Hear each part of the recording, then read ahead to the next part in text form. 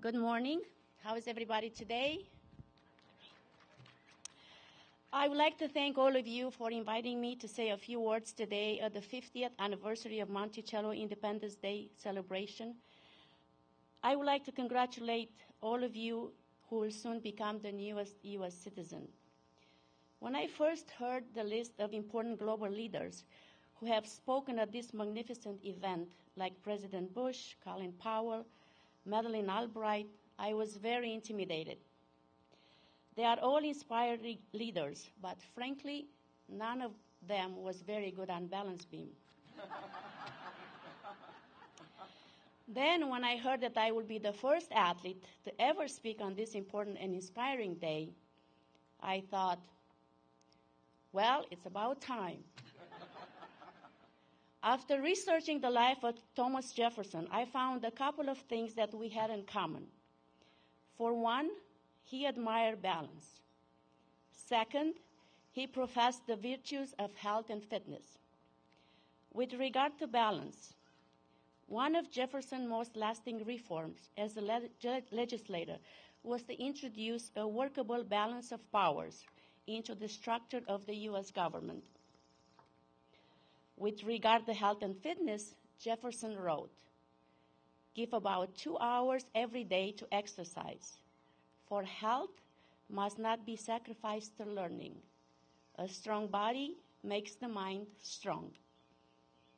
My life story is all about balance and fitness. No one really knows when they are about to make history. As I swung onto the parallel bars in 1976 in Montreal, I executed each skill with the proper technique that I practiced day after day in training. I performed the same compulsory routine as every other gymnast in the Olympics, but I must say I worked very hard in training to add a little extra Nadia touch. I thought my routine was good. Actually, I felt that I could have done even better. Then I heard a lot of noise in the arena. I normally don't look at the scoreboard. There was a lot of noise. I turned my head around, and I saw a 1.00, which is not a very good score, though. The scoreboard was not actually designed to accommodate a mark of perfect 10, so that was the only thing that they could show at that particular time. The fact that I was the first to get a perfect score in the Olympics continued to define my life today. Let's face it, when I studied gymnastics at 6 years old, I did not set out to make history. All I wanted to do was to challenge myself to be just a little better each day. Along the way, I came to understand the concept of Olympism that now drives everything I do, even today.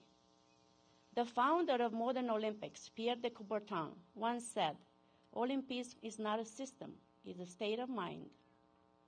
By blending sport with culture and education, Olympism promotes a way of life based on the balanced development of the mind, body, and character, the joy found in effort, the educational value in being a good role model for others, the observance of the universal ethics of tolerance, unity, friendship, and respect for others. The Olympics, in a way, is much like the concept of America, and it is the ultimate meritocracy. The only way to the top of the podium is through hard work and dedication.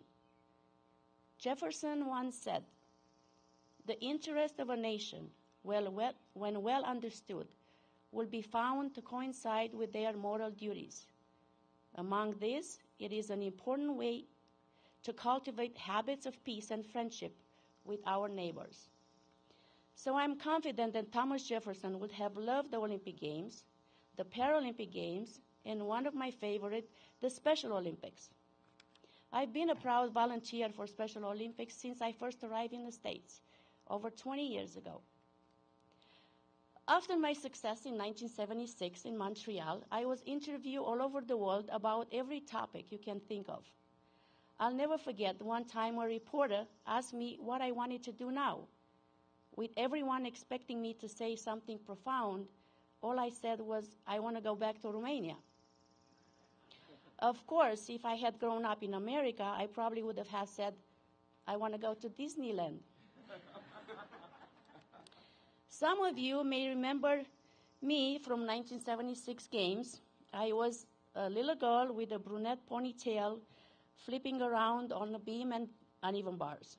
Now I admit that I look a little bit different than I did 36 years ago, but I'm never exactly sure what to say when someone comes to me and asks, "Is this really you, Nadia?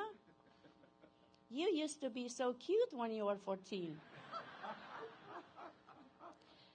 When I started gymnastics at 6 years old, I did not realize that at the time, while I was learning to keep my balance on the beam, I was also learning how to keep my balance in life.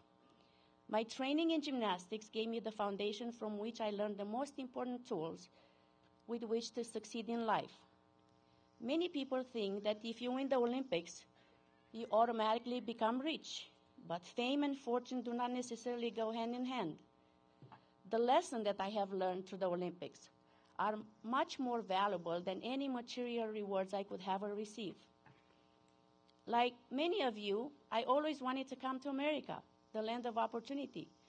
But many of us learned very quickly that the streets are not paved with gold. Or as we say in Romania, even in America, not every dog has a pretzel on his tail. One thing that we have come to appreciate about the United States is the true concept of freedom. I come from a wonderful country with wonderful people, but many years ago, we were living under a system where we were told what to do and how to live our lives. Romania is different now, and I'm happy to go back many times each year to reconnect with my family and friends and continue to do projects with my foundation. All of us here today come from many different countries, but we all have something very important in common. We will never take our freedom for granted.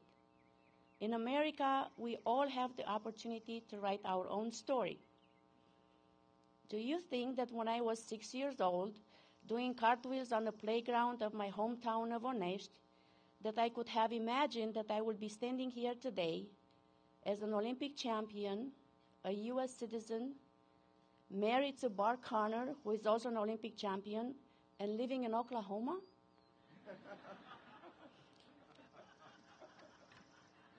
Why Oklahoma? What a country. As a gymnast, the concept of keeping balance, not only on the beam, but also in life, has come to provide constant guidance for me. So using the word balance as an acronym, I will give you some of my thoughts about succeeding in America and in life. The B in balance stands for bold. You must be bold, set high goals, and go for it. Believe me, my first cartwheel was not Olympic quality, but I was bold enough to try the best. The A in balance stands for agility. It is important to be agile, flexible, and be willing to make changes to improve. The L in balance stands for love. In order to be great at anything, you must love the process. If you can focus on the process, on day-to-day improvement, the results will take care of themselves. The other A in balance stands for accountability. Our freedoms come with some responsibility. Top citizen leaders are more likely to be self-motivated people who take ownership of their successes and challenges. The N in balance stands for now. What are you learning right now to make yourself more successful? The C in balance stands for courage. You have already demonstrated a great deal of courage that has gotten you to this important day here. The E in balance stands for energy. Have you ever noticed that some people that you hang around simply energizes you? Their enthusiasm and excitement for life inspires you. So be energized. Remember, be bold, agile, love what you're doing, be accountable. Now, do it now, be courageous, and be energetic. As a fellow naturalized U.S. citizen, I encourage you to continue to balance your new freedoms with your new responsibilities as Americans. And I hope that you all get perfect 10s in your life as a U.S. citizen. Welcome to Team USA.